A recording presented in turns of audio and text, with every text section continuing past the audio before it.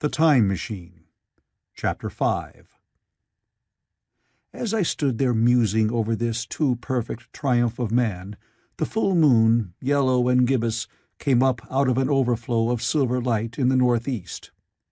The bright little figures ceased to move about below, a noiseless owl flitted by, and I shivered with the chill of the night. I determined to descend and find where I could sleep. I looked for the building I knew. Then my eye traveled along to the figure of the white Sphinx upon the pedestal of bronze, growing distinct as the light of the rising moon grew brighter. I could see the silver birch against it. There was the tangle of rhododendron bushes, black in the pale light, and there was the little lawn. I looked at the lawn again. A queer doubt chilled my complacency. No, said I stoutly to myself, that was not the lawn. But it was the lawn, for the white leprous face of the Sphinx was towards it. Can you imagine what I felt as this conviction came home to me? But you cannot. The time machine was gone. At once, like a lash across the face, came the possibility of losing my own age, of being left helpless in this strange new world. The bare thought of it was an actual physical sensation. I could feel it grip me at the throat and stop my breathing. In another moment I was in a passion of fear and running with great leaping strides down the slope. Once I fell headlong and cut my face. I lost no time in stanching the blood, but jumped up and ran on, with a warm trickle down my cheek and chin. All the time I ran, I was saying to myself, "They have moved it a little, pushed it under the bushes, out of the way." Nevertheless, I ran with all my might. All the time, with the certainty that sometimes comes with excessive dread, I knew that such assurance was folly, knew instinctively that the machine was removed out of my reach. My breath came with pain. I suppose I covered the whole distance from the hill crest to the little lawn, 2 miles perhaps, in 10 minutes. And I am not a young man. I cursed aloud as I ran, at my confident folly in leaving the machine, wasting good breath thereby. I cried aloud, and none answered. Not a creature seemed to be stirring in the moonlit world. When I reached the lawn, my worst fears were realized. Not a trace of the thing was to be seen. I felt faint and cold when I faced the empty space among the black tangle of bushes. I ran round it furiously, as if the thing might be hidden in a corner, and then stopped abruptly, with my hands clutching my hair. Above me towered the Sphinx, upon the bronze pedestal, white, shining, leprous in the light of the rising moon. It seemed to smile in mockery of my dismay. I might have consoled myself by imagining the little people had put the mechanism in some shelter for me, had I not felt assured of their physical and intellectual inadequacy. That is what dismayed me, the sense of some hitherto unsuspected power, through whose intervention my invention had vanished. Yet, for one thing, I felt assured. Unless some other age had produced its exact duplicate, the machine could not have moved in time. The attachment of the levers, I will show you the method later, prevented anyone from tampering with it in that way when they were removed. It had moved and was hid only in space. But then where could it be? I think I must have had a kind of frenzy. I remember running violently in and out among the moonlit bushes all round the Sphinx, and startling some white animal that in the dim light I took for a small deer. I remember, too, late that night, beating the bushes with my clenched fist until my knuckles were gashed and bleeding from the broken twigs. Then, sobbing and raving in my anguish of mind, I went down to the great building of stone. The big hall was dark, silent, and deserted. I slipped on the uneven floor and fell over one of the malachite tables, almost breaking my shin. I lit a match and went on past the dusty curtains of which I have told you. Then I found a second great hall, covered with cushions, upon which, perhaps, a score or so of the little people were sleeping. I have no doubt they found my second appearance strange enough, coming suddenly out of the quiet darkness with inarticulate noises and the splutter and flare of a match. For they had forgotten about matches. "Where is my time machine?" I began, bawling like an angry child, laying hands upon them and shaking them up together. I must have been very queer to them. Some laughed. Most of them looked sorely frightened. When I saw them standing round me, it came into my head that I was doing as foolish a thing as it was possible for me to do under the circumstances, in trying to revive the sensation of fear. For, reasoning from their daylight behavior, I thought that fear must be forgotten. Abruptly, I dashed down the match, and knocking one of the people over in my course, went blundering across the big dining hall again, out under the moonlight. I heard cries of terror, and their little feet running and stumbling this way and that. I do not remember all I did as the moon crept up the sky. I suppose it was the unexpected nature of my loss that maddened me. I felt hopelessly cut off from my own kind, a strange animal in an unknown world. I must have raved to and fro, screaming and crying upon God and fate. I have a memory of horrible fatigue as the long night of despair wore away, of looking in this impossible place and that, of groping among moonlit ruins and touching strange creatures in the black shadows, at last of lying on the ground near the Sphinx and weeping with absolute wretchedness. I had nothing left but misery. Then I slept, and when I woke again it was full day, and a couple of sparrows were hopping round me on the turf within reach of my arm. I sat up in the freshness of the morning, trying to remember how I had got there, and why I had such a profound sense of desertion and despair. Then things came clear in my mind. With the plain, reasonable daylight, I could look my circumstances fairly in the face. I saw the wild folly of my frenzy overnight, and I could reason with myself. Suppose the worst, I said. Suppose the machine altogether lost, perhaps destroyed. It behooves me to be calm and patient, to learn the way of the people, to get a clear idea of the method of my loss, and the means of getting materials and tools, so that in the end, perhaps, I may make another. That would be my only hope, perhaps, but better than despair. And, after all, it was a beautiful and curious world. But probably the machine had only been taken away. Still, I must be calm and patient, find its hiding place, and recover it by force or cunning. And with that, I scrambled to my feet and looked about me, wondering where I could bathe. I felt weary, stiff, and travel-soiled.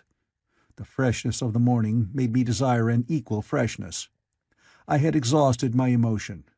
Indeed, as I went about my business, I found myself wondering at my intense excitement overnight. I made a careful examination of the ground about the little lawn. I wasted some time in futile questionings, conveyed, as well as I was able, to such of the little people as came by. They all failed to understand my gestures. Some were simply stolid. Some thought it was a jest and laughed at me. I had the hardest task in the world to keep my hands off their pretty, laughing faces. It was a foolish impulse, but the devil begotten of fear and blind anger was ill-curbed and still eager to take advantage of my perplexity. The turf gave better counsel. I found a groove ripped in it, about midway between the pedestal of the Sphinx and the marks of my feet, where, on arrival, I had struggled with the overturned machine.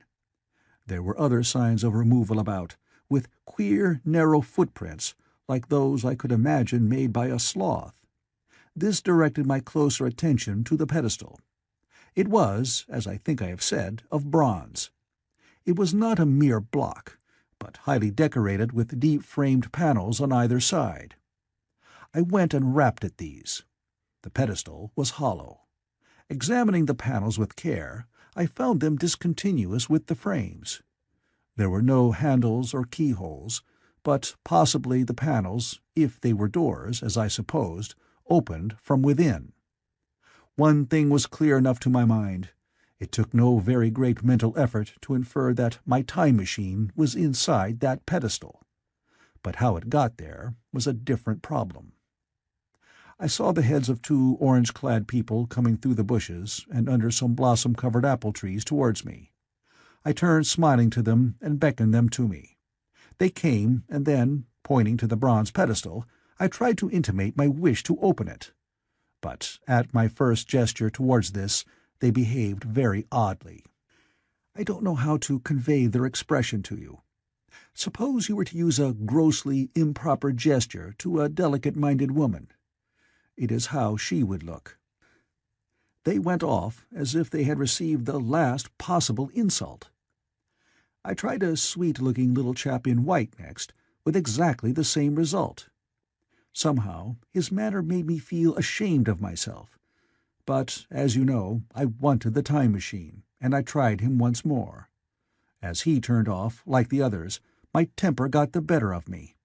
In 3 strides I was after him, had him by the loose part of his robe round the neck, and began dragging him towards the Sphinx. Then I saw the horror and repugnance of his face, and all of a sudden I let him go. But I was not beaten yet. I banged with my fist at the bronze panels. I thought I heard something stir inside. To be explicit, I thought I heard a sound like a chuckle, but I must have been mistaken. Then I got a big pebble from the river, and came and hammered till I had flattened a coil in the decorations, and the verdigris came off in powdery flakes. The delicate little people must have heard me hammering in gusty outbreaks a mile away on either hand, but nothing came of it. I saw a crowd of them upon the slopes, looking furtively at me. At last, hot and tired, I sat down to watch the place. But I was too restless to watch long. I am too occidental for a long vigil. I could work at a problem for years, but to wait inactive for 24 hours, that is another matter. I got up after a time and began walking aimlessly through the bushes towards the hill again. "Patience," said I to myself. "If you want your machine again, you must leave that Sphinx alone. If they mean to take your machine away, it's little good your wrecking their bronze panels, and if they don't, you will get it back as soon as you can ask for it. To sit among all those unknown things before a puzzle like that is hopeless. That way lies monomania. Face this world, learn its ways, watch it, be careful of too hasty guesses at its meaning. In the end, you will find clues to it all." Then, suddenly, the humor of the situation came into my mind. The thought of the years I had spent in study and toil to get into the future age, and now my passion of anxiety to get out of it. I had made myself the most complicated and the most hopeless trap that ever a man devised. Although it was at my own expense, I could not help myself. I laughed aloud. Going through the big palace, it seemed to me that the little people avoided me. It may have been my fancy, or it may have had something to do with my hammering at the gates of bronze. Yet I felt tolerably sure of the avoidance. I was careful, however, to show no concern, and to abstain from any pursuit of them, and in the course of a day or two things got back to the old footing. I made what progress I could in the language, and in addition I pushed my explorations here and there. Either I missed some subtle point, or their language was excessively simple, almost exclusively composed of concrete substantives and verbs. There seemed to be few, if any, abstract terms, or little use of figurative language. Their sentences were usually simple and of 2 words, and I failed to convey or understand any but the simplest propositions. I determined to put the thought of my time machine and the mystery of the bronze doors under the Sphinx as much as possible in a corner of memory, until my growing knowledge would lead me back to them in a natural way. Yet a certain feeling, you may understand, tethered me in a circle of a few miles round the point of my arrival. So far as I could see, all the world displayed the same exuberant richness as the Thames Valley. From every hill I climbed, I saw the same abundance of splendid buildings, endlessly varied in material and style, the same clustering thickets of evergreens, the same blossom-laden trees and tree ferns. Here and there water shone like silver, and beyond, the land rose into blue, undulating hills, and so faded into the serenity of the sky. A peculiar feature, which presently attracted my attention, was the presence of certain circular wells, several, as it seemed to me, of a very great depth. One lay by the path up the hill, which I had followed during my first walk.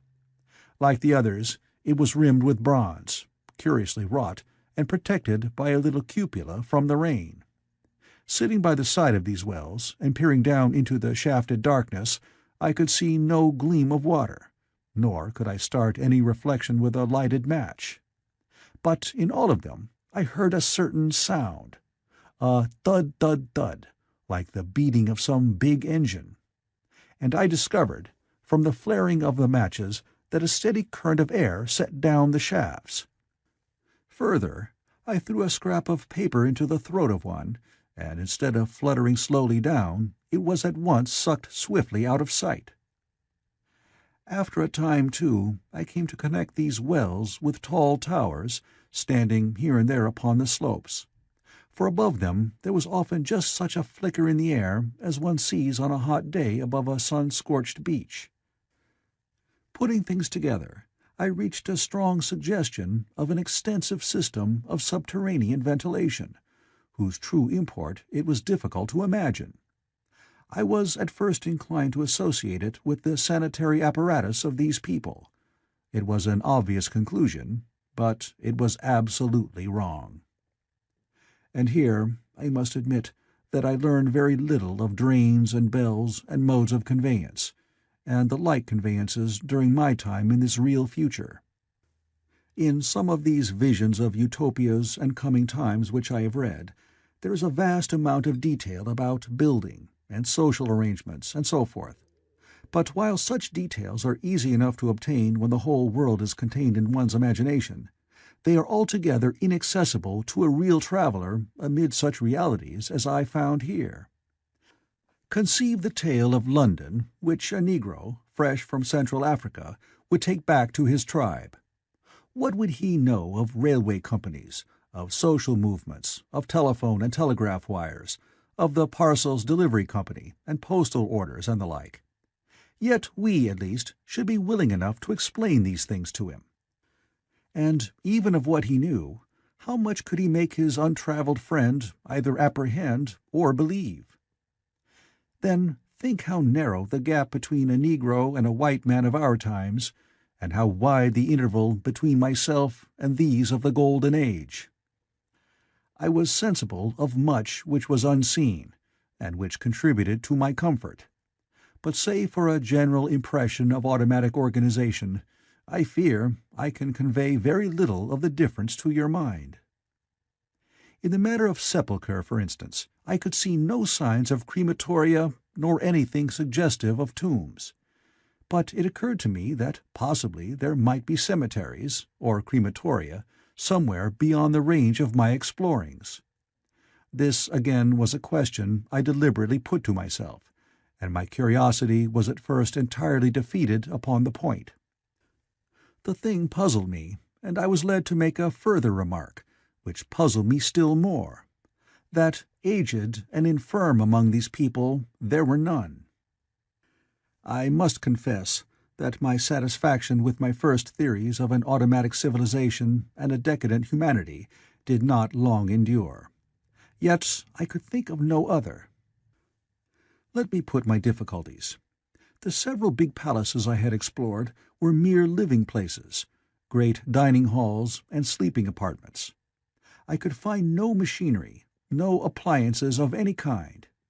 Yet these people were clothed in pleasant fabrics that must at times need renewal, and their sandals, though undecorated, were fairly complex specimens of metalwork. Somehow such things must be made.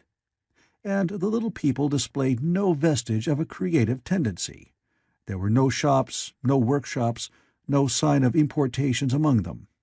They spent all their time in playing gently, in bathing in the river, in making love in a half-playful fashion, in eating fruit and sleeping.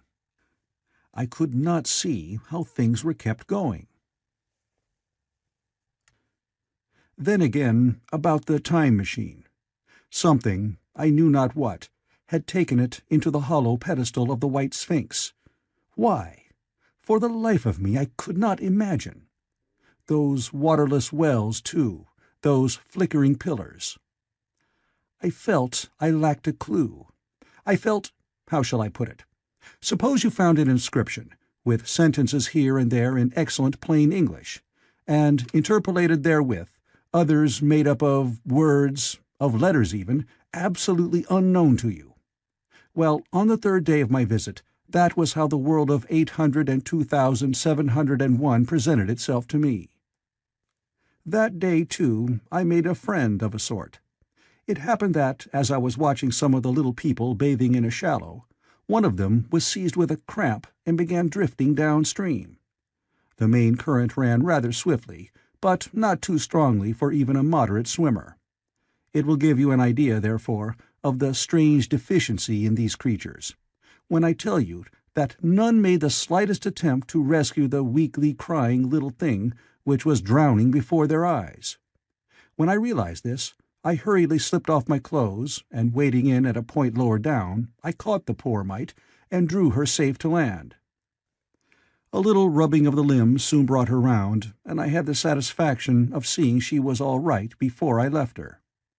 I had got to such a low estimate of her kind that I did not expect any gratitude from her. In that, however, I was wrong. This happened in the morning. In the afternoon I met my little woman, as I believe it was, as I was returning towards my center from an exploration, and she received me with cries of delight and presented me with a big garland of flowers, evidently made for me and me alone.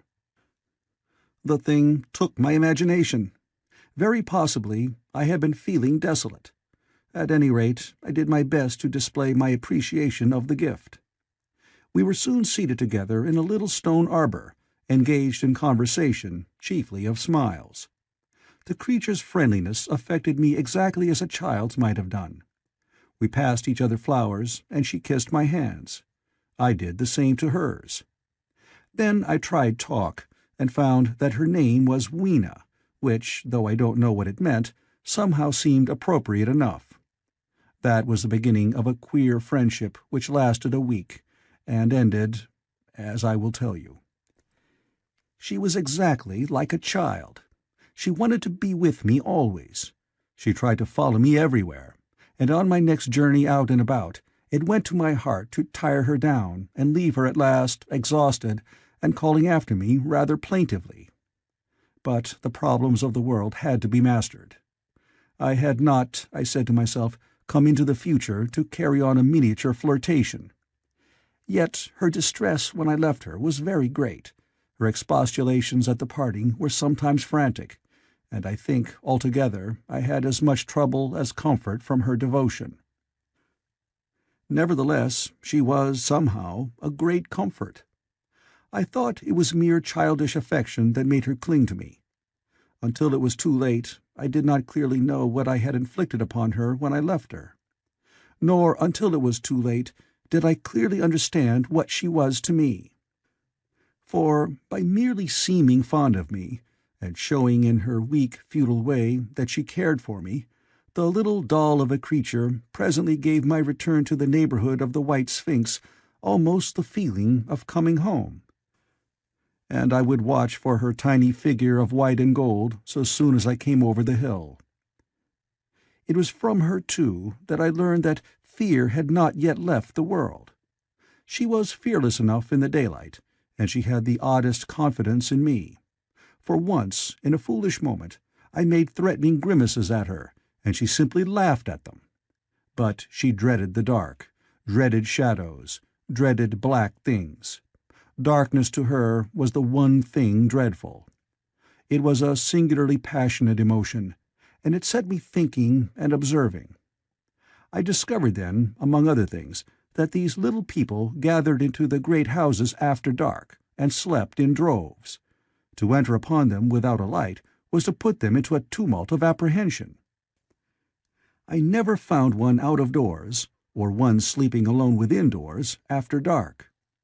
Yet I was still such a blockhead that I missed the lesson of that fear, and in spite of Weena's distress I insisted upon sleeping away from these slumbering multitudes. It troubled her greatly, but in the end her odd affection for me triumphed, and for 5 of the nights of our acquaintance, including the last night of all, she slept with her head pillowed on my arm. But my story slips away from me as I speak of her. It must have been the night before her rescue that I was awakened about dawn. I had been restless, dreaming most disagreeably that I was drowned, and that sea anemones were feeling over my face with their soft palps. I woke with a start, and with an odd fancy that some greyish animal had just rushed out of the chamber. I tried to get to sleep again, but I felt restless and uncomfortable. It was that dim grey hour when things are just creeping out of darkness, when everything is colourless and clear-cut and yet unreal. I got up and went down into the great hall, and so out upon the flagstones in front of the palace. I thought I would make a virtue of necessity and see the sunrise. The moon was setting, and the dying moonlight and the first pallor of dawn were mingled in a ghastly half-light. The bushes were inky black, the ground a sombre grey, the sky colourless and cheerless. And up the hill I thought I could see ghosts. There were several times, as I scanned the slope, I saw white figures.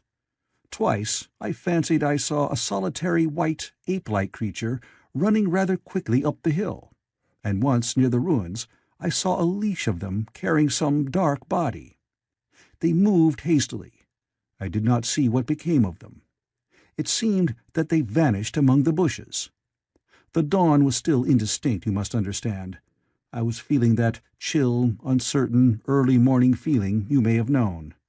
I doubted my eyes. As the eastern sky grew brighter, and the light of the day came on and its vivid colouring returned upon the world once more, I scanned the view keenly, but I saw no vestige of my white figures. They were mere creatures of the half-light. "They must have been ghosts," I said. "I wonder whence they dated." For a queer notion of Grant Allen's came into my head and amused me. If each generation die and leave ghosts, he argued, the world at last will get overcrowded with them. On that theory, they would have grown innumerable some 800,000 years since, and it was no great wonder to see 4 at once. But the jest was unsatisfying, and I was thinking of these figures all the morning, until Weena's rescue drove them out of my head. I associated them in some indefinite way with the white animal I had startled in my first passionate search for the time machine. But Weena was a pleasant substitute. Yet, all the same, they were soon destined to take far deadlier possession of my mind. I think I have said how much hotter than our own was the weather of this golden age. I cannot account for it. It may be that the sun was hotter, or the earth nearer the sun. It is usual to assume that the sun will go on cooling steadily in the future, but people, unfamiliar with such speculations as those of the younger Darwin, forget that the planets must ultimately fall back one by one into the parent body.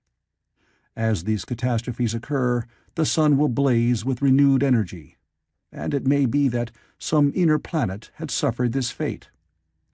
Whatever the reason, the fact remains that the sun was very much hotter than we know it. Well, one very hot morning, my 4th, I think, as I was seeking shelter from the heat and glare in a colossal ruin near the great house where I slept and fed, there happened this strange thing. Clambering among these heaps of masonry, I found a narrow gallery, whose end and side windows were blocked by fallen masses of stone. By contrast with the brilliancy outside, it seemed at first impenetrably dark to me. I entered it groping, for the change from light to blackness made spots of colour swim before me. Suddenly I halted spellbound.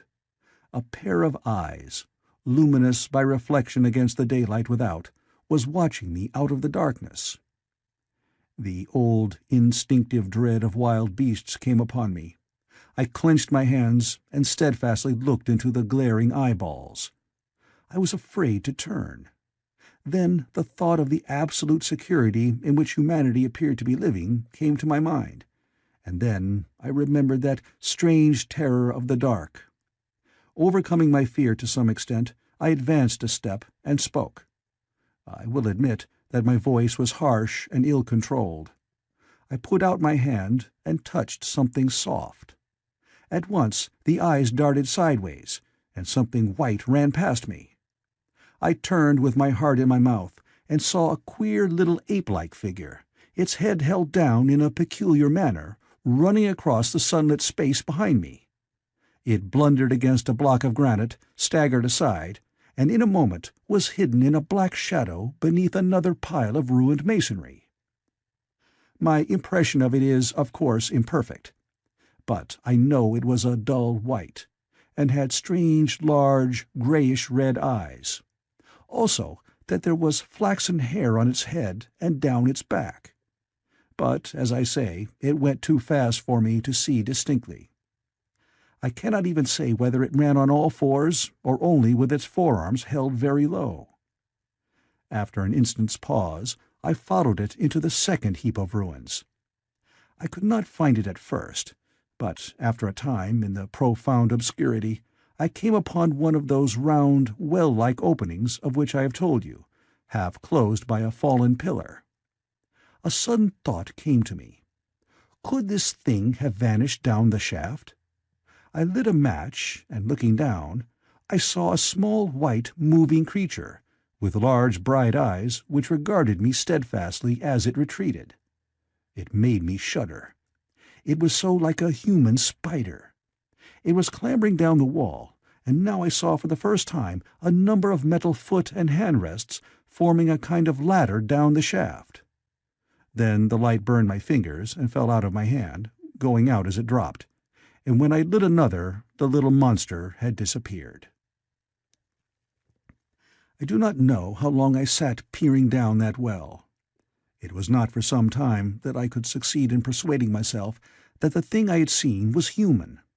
But gradually the truth dawned on me, that man had not remained one species, but had differentiated into two distinct animals, that my graceful children of the upper world were not the sole descendants of our generation, but that this bleached, obscene, nocturnal thing which had flashed before me was also heir to all the ages. I thought of the flickering pillars, and of my theory of an underground ventilation.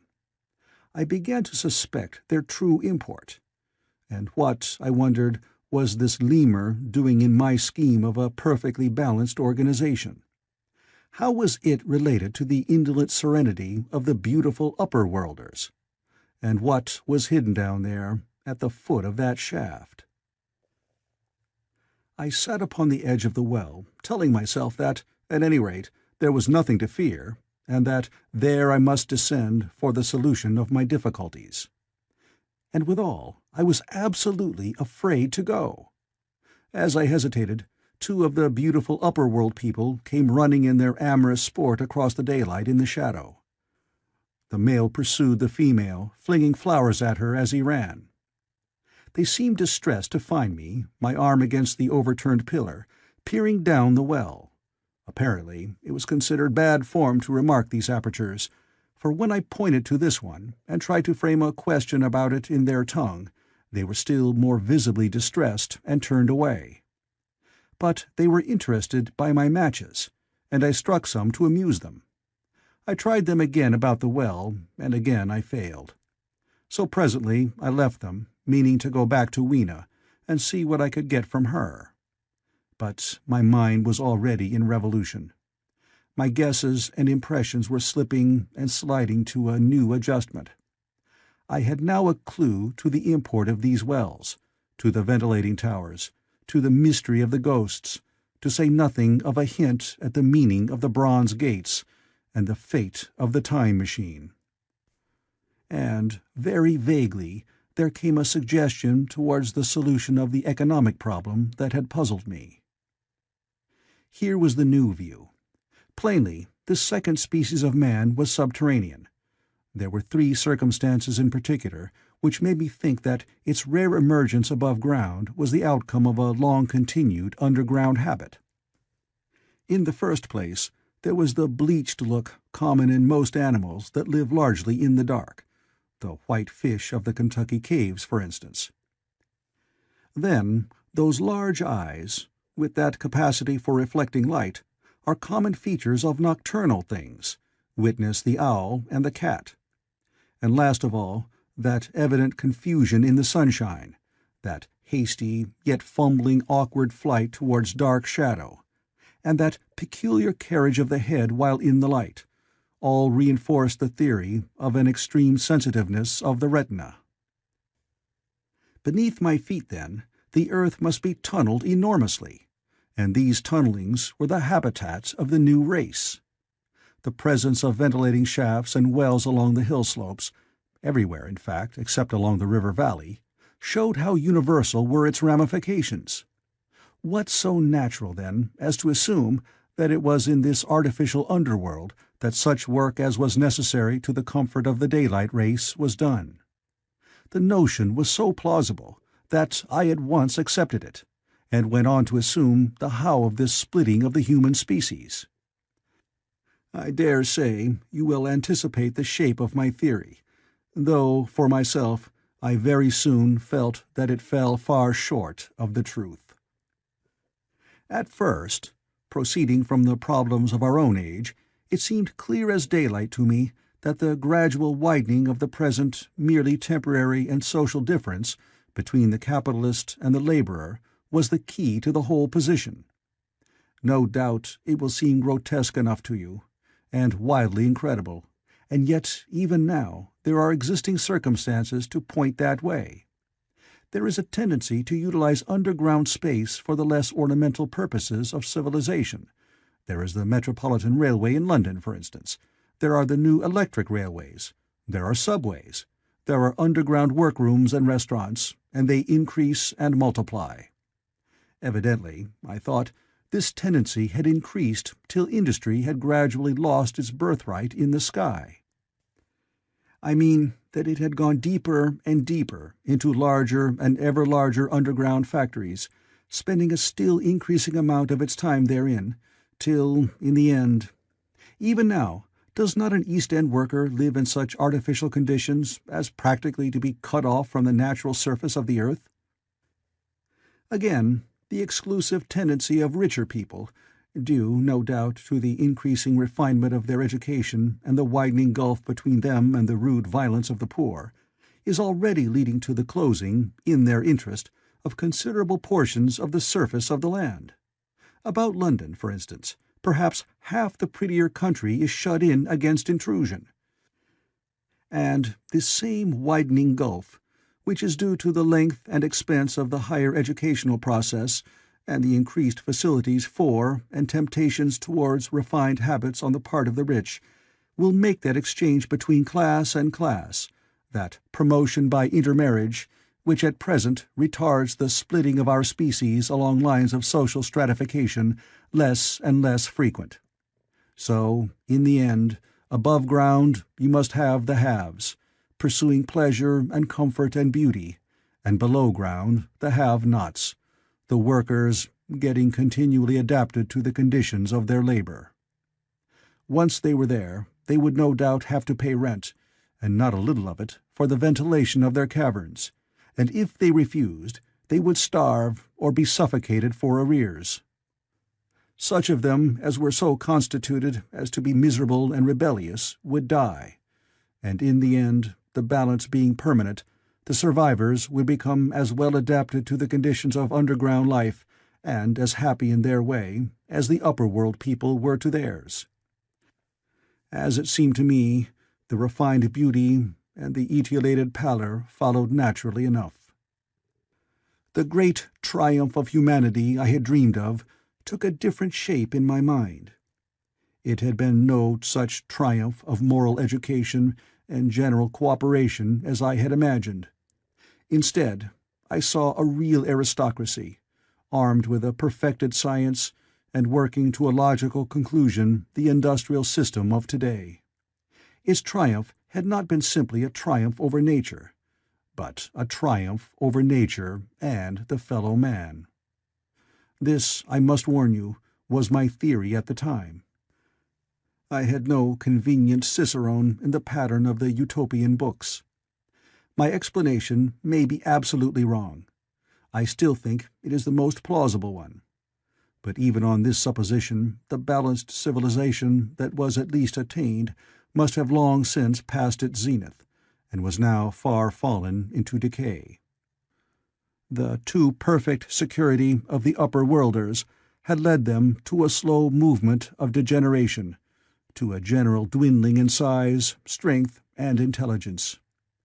That I could see clearly enough already. What had happened to the underworlders I did not yet suspect, but from what I had seen of the Morlocks, that, by the way, was the name by which the creatures were called, I could imagine that the modification of the human type was even far more profound than among the Eloi, the beautiful race that I already knew. Then came troublesome doubts. Why had the Morlocks taken my time machine? For I felt sure it was they who had taken it. Why, too, if the Eloi were masters, could they not restore the machine to me? And why were they so terribly afraid of the dark? I proceeded, as I have said, to question Weena about this underworld, but here again I was disappointed.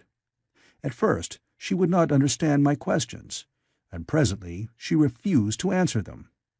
She shivered as though the topic was unendurable, and when I pressed her, perhaps a little harshly, she burst into tears. They were the only tears, except my own, I ever saw in that golden age. When I saw them, I ceased abruptly to trouble about the Morlocks, and was only concerned in banishing these signs of the human inheritance from Weena's eyes. And very soon she was smiling and clapping her hands, while I solemnly burned a match. End of Chapter 5.